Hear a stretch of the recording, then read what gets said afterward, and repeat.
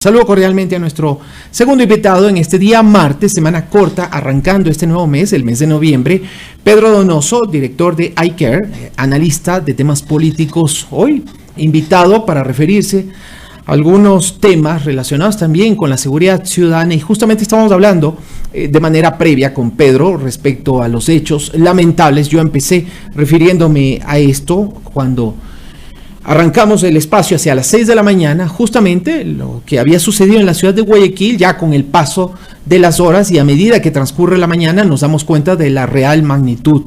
Los hechos de violencia, ataques a UPCs, a miembros de la Policía Nacional, lo que está ocurriendo también en Esmeraldas, que se ha agravado a partir del día de ayer, cuando aparecieron dos cuerpos colgados en un puente. Se han tomado un centro carcelario en la ciudad de Esmeraldas. El SNAI justamente está pronunciándose a esta hora respecto a lo que sería también la toma de guías penitenciarios. Esto está ocurriendo en Esmeraldas, lamentablemente, y lo está hoy revisando aquí en un grupo que pertenece a periodistas que regularmente cubrimos la información del SNAI. Es preocupante todo este clima. Pedro, ¿cómo lo mira usted? Muy buenos días, bienvenido.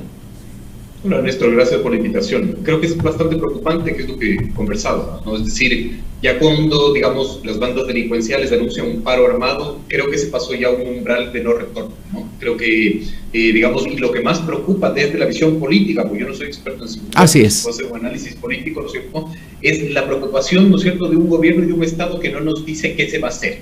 Creo que eso es, digamos, lo que más genera preocupación, ¿no es cierto? Y no solo en el ámbito de la seguridad, es decir, de la presencia policial o de la presencia del Estado manejando el monopolio de la fuerza para administrar la inseguridad, sino, digamos, la otra parte, el otro lado, que es, digamos, el rompimiento del tejido social, la profundización de la pobreza, etcétera. Es decir, hay que poner sobre la mesa, por ejemplo, este dato que nos presentaba hace un par de semanas Gallup, que es esta encuestadora regional, que dice que solo el 37% de los ecuatorianos tienen siempre dinero para llevar, digamos, comida a la mesa. Es decir, 4 de cada 10, digamos, familias ecuatorianas podemos siempre llevar comida a la mesa. Eso, digamos, es una representación de lo que está sucediendo en el Ecuador. Y hacia allá deberían estar encaminados los esfuerzos, porque ya si ponemos el tema en contexto, Pedro, si bien es cierto, usted lo dice, yo no soy experto en temas de seguridad, pero aquí hay todo un tema mucho más amplio que nos debe convocar a todos los ecuatorianos. Y a diario nosotros, personalmente aquí, digo, en este espacio estamos poniendo el tema en escena justamente para poder entender la verdadera dimensión de lo que estamos hablando. Lo decía hace un rato que estaba conversando con Luz Helena Coloma, candidata a la alcaldía de Quito. No se trata de llenar las calles de policías, de armar más a la fuerza pública. Es verdad, es importante, pero más allá de eso hay otros temas a los que se debe poner atención y no se lo está haciendo, Pedro. ¿Usted lo ve así? Totalmente de acuerdo, totalmente de acuerdo. El problema es multidimensional. Si nosotros vemos el problema de la inseguridad específicamente como un problema de policías y militares, vamos a perder finalmente esta guerra, ¿no? Hace unos días yo tuve la oportunidad de escuchar al alcalde de Medellín y él decía, cuando Medellín era la ciudad más peligrosa del mundo, ¿no es cierto?, con cifras y con data y con digamos, evidencia científica, a la vez era la ciudad más desigual del mundo. Es decir, la inequidad, ¿no es cierto?, es el cambio de cultivo para que la violencia se profundice. Lo dice la historia, lo dicen los hechos, no son, digamos, inventos, ¿no es cierto?, de la gente que puede analizar la política o de los cientistas sociales. No es un invento, digamos, eso es históricamente ha sucedido y no es ciencia, digamos, es bastante simple finalmente entender que a falta del Estado la inseguridad y los problemas sociales se profundizan. Definitivamente, Pedro. ¿Cómo trabajar en ese sentido frente a un gobierno ausente para comunicar, al menos si es que lo está haciendo, porque ya se habla de la Proforma y el importante monto que tendrá el área social en la Proforma para el próximo año, pero que tal vez no lo está comunicando de la manera más eficiente? Y esto lo digo incluso a pesar de la llegada del nuevo secretario de Comunicación. Yo he sostenido siempre esto, creo que no es un problema de comunicación. Hace unos días también enviamos un análisis a nuestros clientes donde decíamos, estamos en un punto de no retorno en donde ya los anuncios, ¿no es cierto?, o en donde, digamos, el que nos digan datos de cuánto se ha invertido suple la necesidad del ecuatoriano y la ecuatoriana, ¿no es cierto? Es decir, tomemos la encuesta de perfiles de opinión de inicios de octubre, 9 de cada 10 nos seguimos sintiendo pesimistas del presente. Entonces, el problema ya no es los anuncios de inversión que se hacen ahora, sino la gente ya va a empezar a exigir resultados. Ya no me interesa que invierta usted $1.000 millones en el sector social. Quiero ver resultados, quiero ver gente que puede comer 3 veces al día, quiero ver niños que van a la escuela. Esa es, de una u otra manera, y lo planteo como hipótesis, la reacción de la ciudadanía. Ya no se puede, digamos, como suplir este altísimo pesimismo o esta ausencia del Estado. Por ejemplo, esta misma encuesta decía que solo 1 de cada 10 cree en el Estado. Entonces, el Estado es esta figura ausente conceptual y físicamente ahora en Ecuador, ¿no es cierto? Y el gobierno, claro, habla mucho ahorita de la inversión, pero se ven pocos resultados. Y el problema de eso es que la gente ahora ya va a exigir resultados inmediatos a un problema que necesita también tiempo para poder aplicarse. Entonces, estamos en una encrucijada muy compleja. No creo que es un tema de comunicación, creo que es un tema de gestión política.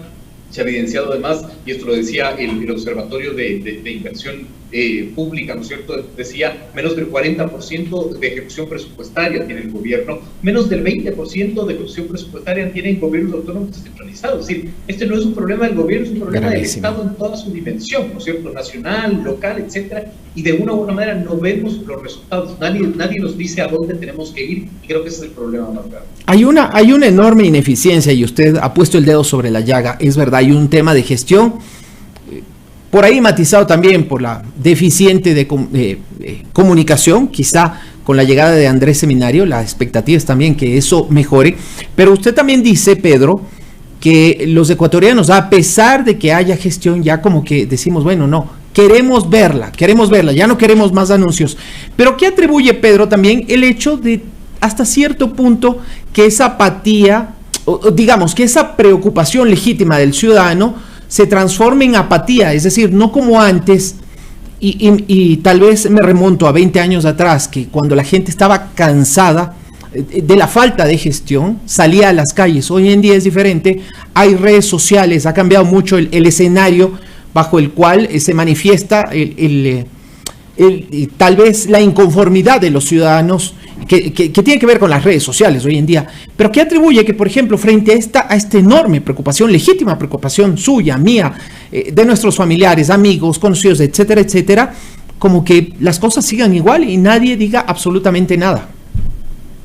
Creo que es un proceso que habría que investigar, ¿no es cierto? Es decir, es muy complejo para solo tener una respuesta, ¿no es cierto? Pero planteo algunos elementos sobre la mesa para ver si sirven al análisis, ¿no es cierto? El primero es, a diferencia, por ejemplo, de los años 2000, en donde, claro, esta rabia que sentía el ciudadano le volcaba a ir a las calles, digamos, a votar presidentes, ¿no es cierto? Era en otro contexto, es decir, no había ahí el factor miedo, y yo creo que el miedo inmoviliza. Es decir, es solo para poner una cifra sobre la mesa, ¿no es cierto? Esta iniciativa Quito ¿Cómo Vamos?, ¿no es cierto?, presentaba hace unas 2 o 3 semanas una cifra que a mí me espeluznó, que decía el 70% de los quiteños no han salido a un evento público en los últimos 8 meses. Sí. Entonces, esto puede derivarse finalmente de una situación económica, a un miedo que inmoviliza, etcétera. Ya estamos viviendo un contexto que nunca hemos vivido en el Ecuador y es absolutamente incierto lo que puede suceder. Entonces, la ciudadanía está aterrorizada, ¿no es cierto?, de salir a la calle para divertirse. Imagínense salir a la calle, digamos, para expresar su clamor o su digamos, temor, ¿no? Creo que ese puede ser también un factor interesante de análisis. Y el problema es que cuando la ciudadanía no se apropia de los espacios públicos, no se apropia de la acción colectiva para pronunciarse, se va profundizando, lo que le digo, el rompimiento del tejido social. La gente se queda más, digamos, enclaustrada en su casa, ¿no es cierto?, por miedo, etcétera. Claro, esto profundiza, ¿no es cierto?, la posibilidad de que la delincuencia se tome las calles, etcétera, etcétera, etcétera. Ahí viene el factor de los gobiernos autónomos descentralizados, que yo creo que ese es el gran debate sobre todo en estas próximas elecciones. Se me adelantó, Pedro, justamente ahora que lo escucho con esa reflexión, me parece importante ahí lo que está tocando, el papel de los gobiernos autónomos descentralizados, para saber si ese tejido social nuevamente se puede recomponer a través de eventos culturales, del incentivo a la actividad deportiva, por ejemplo, de promover una mayor o una mejor convivencia en los barrios, entre vecinos, etcétera, etcétera, que también de a poco se comienza a perder, y allí yo diría también que está la clave del asunto, e incluso me atrevería a decir, es bastante peligroso que eso se descomponga, se pierda. Totalmente de acuerdo, digamos. Y ahí el Estado es el gran generador de esas condiciones. Es decir, por eso hay una exigencia del Estado. Yo tenía una discusión el día de ayer con un profesor universitario y él decía con toda razón, es que el Estado no puede resolverlo todo, de acuerdo. El Estado tiene que crear las condiciones. ¿Qué condiciones, ¿no es cierto?, que nos volvamos a encontrar con nuestros vecinos de manera comunitaria para que la comunidad se apropie del espacio público. Y cuando la comunidad se apropia del espacio público es más complejo finalmente que se profundice la delincuencia, ¿no es cierto?, la violencia, etcétera. Eso tiene que estar, digamos, generado por, para mí, los gobiernos autónomos descentralizados, que son, digamos, la autoridad más cercana a la gente. No se diga, por ejemplo, temas bien simples, bien sencillos que parecerían tontos, pero que sirven: la iluminación de las casas de las noches, por ejemplo, ¿no? La apropiación, digamos, de la gente del espacio público, que la gente pueda salir a calles peatonizadas, que la cultura sea, digamos, un generador de encuentros. Así también se combate la inseguridad, no todo es policías militares y armas. Ahora bien, frente a todo esto, Pedro, y aquí sí me gustaría también un análisis suyo, sobre una información que yo la escuché y creo que me generó también enorme preocupación, y que está relacionado con este anuncio del presidente de la República. Informó a la Asamblea Nacional que va a viajar en las próximas horas a Orlando, Florida, en los Estados Unidos, en medio de una situación muy adversa, muy difícil, matizada por hechos violentos extremadamente en las ciudades de Guayaquil y Esmeraldas. ¿Cómo mira usted el papel del presidente frente a estas bombas que van apareciendo, que le van estallando en el camino y que van cada vez más minando su gestión? Y además, lamentablemente, es literal lo de las bombas. Bueno, sí, también. Así es. Bueno, sin querer, estaba haciendo una analogía, pero literal es así. Pero es que eso es lo preocupante, exactamente. Yo creo que el presidente no lo cuida, su círculo. No sé si es un análisis o una opinión, ¿no? Pero me parece que parte de este gran pesimismo, ¿no es cierto?, 9 de cada 10, como decía, de acuerdo a la encuesta de perfiles de opinión de 18 de octubre, este gran pesimismo debe derivarse finalmente de este sentido de orfandad, ¿no? Yo creo que hay que investigarlo mucho más, pero claro, pasamos 10 años de un liderazgo fuerte, ¿no es cierto?, podemos estar de acuerdo o en desacuerdo de ese liderazgo, pero la gente se acostumbró finalmente a que haya, ¿no es cierto?, un sentido de protección de parte del Estado. Claro, ahora puede traducirse finalmente ese sentido de orfandad, ¿no? Y cuando, claro, estás a este tipo de cosas, es un presidente que anuncia, además, me parece que es un legítimo derecho irse de vacaciones, de descansar un feriado, de acuerdo, pero también hay que entender el timing, ¿no? Y el timing es un pésimo timing. Y claro, el problema es que el presidente, digamos, como ha tenido estos descuidos de su vocería. Recordemos finalmente que él dijo que el problema de la inseguridad va a ser resuelto por él personalmente, ¿no? Y claro, no hemos visto ni siquiera que se apersone finalmente este proceso, ¿no? En la presencia, en digamos, el accionar. Tiene una entrevista con un comunicador social y enseña el plan de seguridad, y cuando le dice, bueno, déjeme ver, no le puedo dejar ver. Entonces, son errores, digamos, una vocería bastante, digamos, yo creo que errática, que no coadyuva finalmente a resolver esta sensación de orfandad que tiene la ciudadanía, ¿no? Pero finalmente, si es que la vocería del presidente no ayuda, el Estado debería hacerlo, y tampoco lo estamos viendo. Es decir, no tenemos, digamos, la capacidad nosotros como ciudadanía de entender y procesar un plan, una estrategia de seguridad, porque tampoco hay nadie que nos diga, ¿no? Hay un ministro de seguridad, digamos, que lo que hace es pelear por Twitter y no nos indica finalmente a dónde vamos y cuáles son, digamos, esos caminos, ¿no? Entonces, creo que es absolutamente normal la sensación de orfandad que tiene. Ahora, frente a esta sensación de orfandad, Pedro, ¿qué hacer? Es decir, bueno, por un lado, hace algunas semanas se concretó la salida del anterior ministro, Patricio Carrillo, llega Juan Zapata, se lo ve activo y todo lo demás, pero los problemas siguen allí. Lo propio, y debo decirlo lamentablemente también, a nivel del sistema penitenciario, no se evidencia por lo menos que vuelva a la calma. ¿Qué hacer? ¿Por dónde van las cosas? Es decir, como se dice coloquialmente, ¿por dónde van los tiros, Pedro? Yo creo que los problemas van a seguir ahí, porque estos son problemas que no van a resolverse en el inmediato plazo, eso hay que estar absolutamente conscientes, pero de una u otra manera yo creo que se resuelven con 3 cosas, ¿no es cierto? Con política pública, pero nadie nos dice cuál es la política pública, y esa política pública, son planes, programas y proyectos, tienen que tener inversión pública. Es decir, hay que tener inversión. Esto se resuelve finalmente también con dinero, ¿no? Pero hemos visto, y hay reportajes de los noticieros, en donde se ve que los policías tienen que pagar sus propios chalecos antibalas, les cobran las municiones. Es decir, ¿dónde está la política pública? ¿Dónde está el Estado? Conceptual y físicamente. A eso, digamos, me refiero. Es decir, esto se resuelve con presencia estatal. Y la presencia estatal no es solo la presencia simbólica o conceptual, es la presencia física, es el dinero, es la política pública, ¿no es cierto? Es decir, ahorita tenemos un problema, ¿no es cierto? Y el problema es de X, ¿verdad? Y la solución finalmente va a ser Y, pero hay, ¿no es cierto?, un entramado entre X y Y. Y ese entramado es cuál es la política pública. Díganos qué van a hacer, con qué cronograma, en cuánto tiempo, cuánta inversión, cuántos millones. Eso no se está viendo. ¿Y usted considera, Pedro, de que esto pudiera también estar relacionado con los antecedentes, con el origen, con la esencia del presidente de la República, un personaje que viene de la banca, de la actividad privada, que quizá está más preocupado hoy en día de reducir el déficit fiscal, que quizá está más preocupado de los multilaterales y la posibilidad de que esos números le permitan ser objeto de crédito, pero que en la práctica no se está destinando ese dinero, esa gran cantidad que, más allá de que estamos administrando escasez, como lo decía ayer el ministro de Transporte y Obras Públicas, que tuve la oportunidad de entrevistarlo a esta misma hora, me decía, estamos administrando escasez, pero de lo poco que hay no se está utilizando esos recursos justamente para lo que usted dice, para poder trabajar en esas políticas públicas y que se traduzcan en obras palpables, obras reales, que puedan ir en beneficio sobre todo de esas zonas más violentas, Pedro. Pero, digamos, además, lo que se necesita sí es una medida de shock. Es decir, esta sí es una medida absolutamente urgente y altamente, digamos, necesitada de recursos. Es decir, necesitamos ahorita ya una política pública de shock, ¿no es cierto?, con muchísimos recursos, con un anuncio clarísimo. El ministro Arosemena ha dicho finalmente que hay inversión pública. Él ha dicho que es la inversión pública más grande de los últimos años, comparado con otros gobiernos, etcétera. Pero volvemos al tema que yo le decía. Sí. El problema es que ya no se requiere finalmente anuncios de inversión, sino que la gente ahorita ya está exigiendo resultados inmediatos, y ese es el gran reto que tiene el Ejecutivo y que tiene el gobierno, ¿no es cierto?